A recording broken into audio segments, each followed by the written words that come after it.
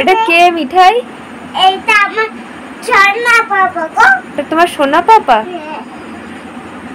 তুমি ভালোবাসো সোনা পাপাকে? এটা তো সোনা পাপা তো ভারী। কি করছে ভারী? এটা কো বাচ্চা ছোট দেখেছো? বাচ্চা বড় কই গো? বাঘ বড় কই?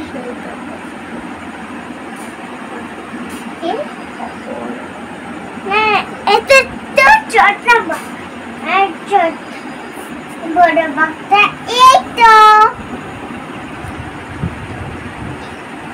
বড় বাঘটা